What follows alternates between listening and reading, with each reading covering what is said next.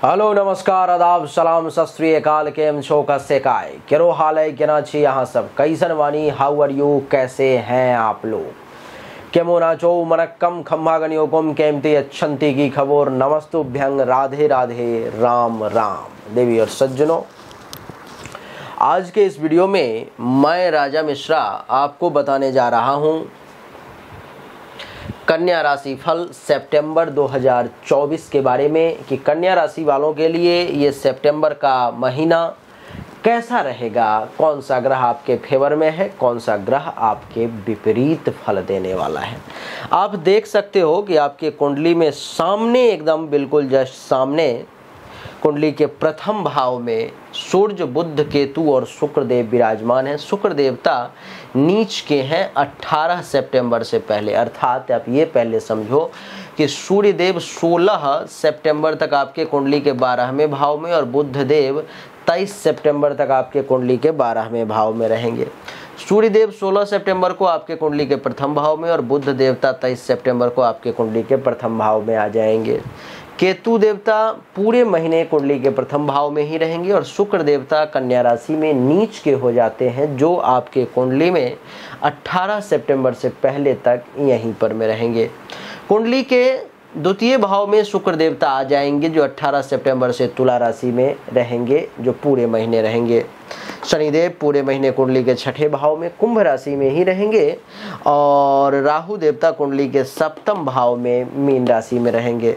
गुरु बृहस्पति कुंडली के नवम भाव वृषभ राशि शत्रु क्षेत्र में रहेंगे, तो मंगल देवता बुध के घर में पूरे महीने रहेंगे। इन सब का आपके ऊपर में क्या प्रभाव पड़ेगा, आइए एक एक करके समझने की कोशिश जो है सो करते हैं। सबसे पहले चर्चा सूर्य से ही आरंभ करते हैं। 16 सितंबर तक सूर्य का परिणाम आपके लिए अच्छा नहीं है। जैसे कि सूर्य कुंडली के 12वें भाव में बैठा हुआ है, तो ये आपको अच्छा में अगर अच्छा परिणाम देगा तो यही देगा कि आपको घर से दूर ले जा सकता है। अगर आप विदेश जाना चाहते हो, किसी दूसरे राज्य में, किसी दूसरे स्टेट में, किसी दूसरे कंट्री में जाना चाहते हो, तो ये सूर्य आपको वहाँ पर में ले जा सकता है। यही लाभ है।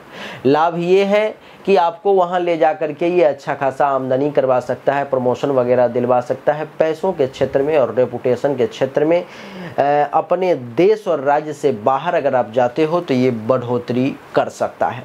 बाकी दूसरे मामले में विपरीत रिजल्ट हैं, जैसे कि 12वें भाव में सूर्य के बैठने के कारण आप अगर अपने देश अपने राज्य में रहोगे तो आपका पैसा ज़्यादा खर्च होगा।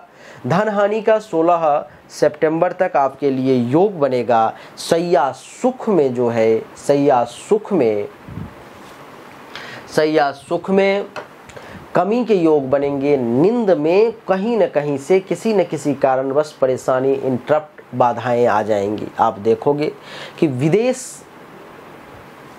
से संबंधित अगर आपका कोई काम है तो वहां से आपको कुछ लाभ मिल सकता है। हानि के मामले में बात करूं तो अस्पताल का खर्चा आपका ये एक्टिवेट करके रखेगा। आपका पैसा किसी न किसी मामले में हॉस्पिटल में जा सकता है। आंख से संबंधित किसी प्रकार की इशू, कोई समस्या आपके सामने में आ सकती है। देवी और सज्जनों, सूर्य की सप्तम दृष्टि कुंडली के छठे भाव पर में है, जो ये दर्शाती है कि आपको दुश्मन परेशान करने की कोशिश कर सकता है। आपका समय चिंता में बीत सकता है 16 सितंबर तक। हेल्थ वाइज कुछ इशू, पेट से संबंधित कुछ परेशान कर सकता है। कर्ज, केस, मुकदमा, अपयश, कलंक, शोक और दुख के भी आप 16 सितंबर तक भागी बन सकते हो। 16 सितंबर के बाद जब सूर्य देवता कुंडली के प्रथम भाव में कन्या राशि में आ जाएंगे, फिर आपके लिए ये समय बढ़िया रहेगा। जैसे कि शारीरिक तौर पर में 16 सितंबर के बाद मजबूती मिलेगी। शरीर बहुत मजबूत और ऊर्जा से भरा हुआ रहेगा। रंग रूप आपका काफ़ी अच्छा दिखेगा। ज्ञान में वृद्धि होगी। शरीर में बल का एहसास होगा और मानसिक तौर पर में भी बहुत मजबूत आप कहलाएंगे। विवेक का सहारा मिलेगा। शील स्वभाव भी आपका बहुत अच्छा रहेगा। गौरव करने लायक काम करेंगे। विनम्रता बनी रहेगी। और यहाँ से सप्तम दृष्टि कुंडली के सप्तम भाव पर में तो 16 सितंबर के बाद जीवन साथी का खूब सुख मिलेगा। काम और वासना की खूब पूर्ति होगी। वैवाहिक जीवन भी आपका 16 सितंबर के बाद सूर्य के कारण बहुत अच्छा रहेगा। आप ये देखेंगे कि 16 सितंबर के बाद सूर्य क्योंकि कुंडली के सप्तम भाव पर में दृष्टि डाल रहा है तो दैनिक रोजगार व्यवसाय के क्षेत्र में भी आपको अच्छा खासा लाभ मिलेगा। प्राइवेट पार्ट से संबंधित किसी प्रकार की परेशानी है उससे राहत होगी और पार्टनरशिप भी आपका अच्छा चलेगा। देवी और सज्जनों, सूर्य के बाद मंगल की बात करेंगे। मंगल देवता कुंडली के दसम भाव में है और दसम भाव में मंगल देवता के बैठने के कारण आप ये देखो कि पिता तुल्य लोगों से भी आपको लाभ मिलेगा, वो भी पूरे महीने। सरकार से अगर कुछ फ़ायदा लेना चाहते हो, सरकार से किसी प्रकार का कोई लाभ अगर आपका अटका हुआ है जो नहीं मिल पा रहा है तो इस समय में आप उसके लिए प्रयास कर सकते हो, आपको वो लाभ मिल जाएगा। इज्जत प्रतिष्ठा मान सम्मान में भी ये मंगल आपको पूरा महीना खूब सपोर्ट करेगा, खूब आगे बढ़ाने का प्रयास करेगा। आप ये देखेंगे कि पद प्रतिष्ठा में भी वृद्धि हो रही है, अधिकार की भी प्राप्ति करवाएगा। मंगल की चौथी दृष्टि प्रथम भाव पर में तो गुस्सा थोड़ा सा ज़्यादा आएंगे, सप्तम दृष्टि चौथे भाव पर में तो आपको इस समय में सुख में वृद्धि मंगल करवाएगा। जमीन, मकान, गाड़ी, अचल संपत्ति इन सब का सुख भी इस महीने में देने की कोशिश करेगा। आप ये अनुभव करेंगे देवी और सज्जनों कि आपको माता से विशेष लाभ मिलेगा और अष्टम दृष्टि पंचम भाव पर में वो भी उच्च की तो संतान का सुख भी मिलेगा। विद्या और बुद्धि का सही इस्तेमाल करके उचित लाभ भी लेंगे। आपके यश में भी वृद्धि होगी, चाहने वाले लोगों की संख्या भी बढ़ेगी। धर्म कर्म का भी पालन करेंगे। ननिहाल से भी यहाँ पर में दृष्टि पड़ने के कारण लाभ मिल सकता है। अचानक से धन लाभ, जुआ, सट्टा, लॉटरी, गेमिंग इत्यादि से भी आपका कुछ फायदा हो सकता है। मंगल के बाद बुध की बात करेंगे। बुध देवता 23 सितंबर से पहले आपके कुंडली के 12वें भाव में है, यानी कि आपके पिता जो हैं 27 सितंबर तक बीमार रह सकते हैं। हेल्थ वाइज इशू उनको परेशान कर सकती है। पिता के साथ नोक झोंक की स्थिति भी आपकी 23 सितंबर तक बन सकती है। बुध 23 सितंबर के बाद जब कुंडली के प्रथम भाव में उच्च के हो जाएंगे तो पिता का हेल्थ अच्छा हो जाएगा, पिता से खूब लाभ मिलने लगेगा। पिता की जो संपत्ति है, पिता का जो हैसियत है, पिता की जो शान और शौकत रुतबा है वो बढ़ती हुई नजर आएगी। आप देखेंगे कि इस समय में पिता की संपत्ति के साथ साथ आपका खुद का भी संपत्ति बढ़ेगा। आपके खुद के भी मान सम्मान में ये बुध 4 चांद लगवाएगा 23 सितंबर के बाद। बुध के बाद अगर गुरु की बात करें तो देव गुरु बृहस्पति हैं तो शत्रु क्षेत्रीय कुंडली के नवम भाव में वृषभ राशि में, लेकिन फिर भी अच्छा रिजल्ट देंगे। जैसे कि भाग्य भरोसे आप देखेंगे कि बहुत सारा काम आपका इस समय में अपने आप होता हुआ चला जाएगा। भाग्य का खूब साथ मिलेगा। देव गुरु बृहस्पति धर्म का मालिक धर्म के घर में बैठ गया तो धर्म का काम खूब करेंगे। इस महीने में बढ़ चढ़ करके हिस्सा लेंगे। संत महात्मा ऋषि मुनि ब्राह्मण आचार्य का भी आशीर्वाद प्राप्त होगा। और यहाँ से सप्तम दृष्टि कुंडली के तीसरे भाव पर में तो छोटे भाई बहन जूनियर्स का भी खूब लाभ मिलेगा। पराक्रम में वृद्धि होगी और धैर्य मजबूत होगा। नवम दृष्टि पंचम भाव पर में, लेकिन नीच की दृष्टि है तो ये थोड़ा सा आपको पेट से संबंधित परेशानी देने की कोशिश करेंगे। गुरु के बाद शुक्र की अगर बात करें देवी और सज्जनों तो शुक्र देवता 18 सितंबर तक नीच की कुंडली के प्रथम भाव में है तो दिमागी टेंशन 18 सितंबर तक ये हमेशा बनाए रखने की कोशिश करेंगे। खास करके ससुराल और परिवार से टेंशन देने का प्रयास करेंगे 18 सितंबर तक।